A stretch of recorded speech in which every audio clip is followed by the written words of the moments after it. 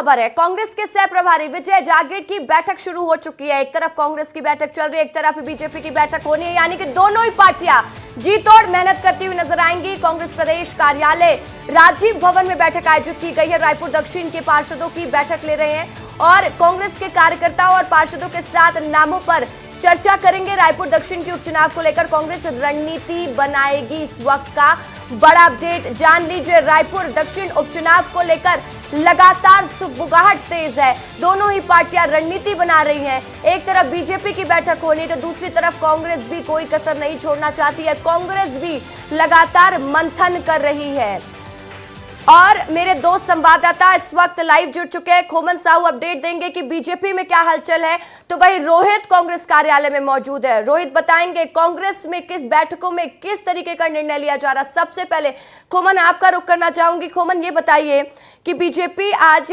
कई लोगों के साथ बैठक करने वाली है, रणनीति तैयार की जाएगी। क्या ये मान ले कि आज की बैठक में नाम भी फाइनल हो जाएगा? देखिए रसिका, जब से उपचुनाव का ऐलान हुआ है भारतीय जनता पार्टी में लगातार बैठकों का दौर देखने को मिल रहा है।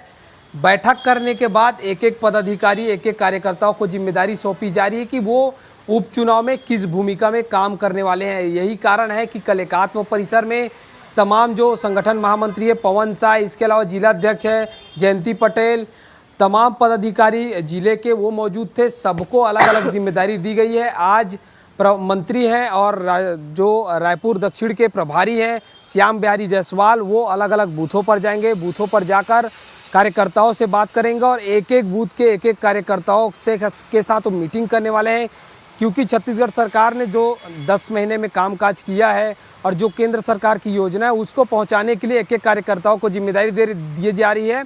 एक एक घर में कार्यकर्ता जाने वाले हैं, एक एक घर में कार्यकर्ता जाने वाले। यही कारण है कि एक एक मंडल एक एक बूथ पर मंत्री लेवल के जो लोग हैं, श्याम बिहारी जायसवाल है जो प्रभारी हैं, वो मंडलों में जा रहे हैं ताकि कोई कसर ना छोड़े। क्योंकि भारतीय जनता पार्टी के लिए बहुत बड़ी चुनौती है इस सीट को जीतने के लिए, क्योंकि बृजमोहन अग्रवाल चूंकि अब सांसद बन चुके हैं, 8 बार से वहाँ से जीतते आ रहे थे। रसिका, अब एक बड़ी चुनौती है क्योंकि अब नया चेहरा मैदान पर होगा, तो ऐसे में भारतीय जनता पार्टी उस चेहरे को भारतीय जनता पार्टी के लिए ये भी तय करना बहुत जरूरी कि प्रत्याशी कौन होगा जो कि बृजमोहन अग्रवाल की उस सीट को रिप्लेस करेगा, क्योंकि लगातार जिस तरीके से जनता उन पर भरोसा जता रही थी, क्या जनता उसी तरीके का भरोसा उस प्रत्याशी पर जता पाएगी? तो हर पैरामीटर्स पर खरे उतरना है, इसलिए चुनौती और बड़ी हो जाती है। रोहित का रुख कर लेते हैं। रोहित इस वक्त राजीव भवन में मौजूद है। रोहित, क्या सुगबुगाहट है, क्या लग रहा है किसका नाम फाइनल होगा? क्योंकि मुझे ऐसा लग रहा है कि इस बैठक में आज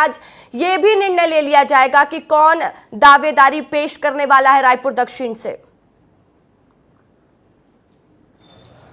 बिल्कुल रशिका, दक्षिण के किले को कौन सा प्रत्याशी भेद पाएगा और उसी की तलाश कांग्रेस अभी कर रही है। और आज साफ तौर पर जो बैठक है उस पर रायपुर जिले के महापौर, रायपुर नगर निगम के महापौर मौजूद है। इसके अलावा दक्षिण क्षेत्र के अंतर्गत आने वाले तमाम पार्षद भी यहाँ पर मौजूद है और तमाम लोगों से राय शुमारी की जा रही है। और उनके मन में दक्षिण के लिए, क्योंकि वो दक्षिण क्षेत्र से आते हैं, दक्षिण क्षेत्र के जो पार्षद हैं और उनके क्षेत्र के प्रतिनिधित्व करते हैं, तो ऐसे में उनके मन में कौन सा कैंडिडेट है, वो किसको चाह रहे हैं, उनसे बातचीत जो है वो की जा रही है। इसके साथ ही कौन प्रत्याशी हो सकता है और लगातार इसको लेकर मंथन किया जा रहा है। और कांग्रेस जो है वो कहीं ना कहीं भारतीय जनता पार्टी से एक कदम पीछे फिलहाल नजर आ रही, क्योंकि पिछले दिनों हमने देखा था कि भारतीय जनता पार्टी ने 3 नाम का पैनल बनाकर केंद्रीय चुनाव समिति को या केंद्र के तमाम बड़े नेताओं को भेज दिया था, लेकिन कांग्रेस में अभी तक नाम जो है वो तय नहीं हो पाया है। लेकिन संभवतः नामों के पैनल तैयार कर लिए गए हैं और उन पैनल को जल्द ही उस पर चर्चा करने के बाद में उसे आगे भी भेजा जाएगा। लेकिन आज तमाम, क्योंकि जनप्रतिनिधि हैं, उस क्षेत्र का प्रतिनिधित्व करते हैं, वो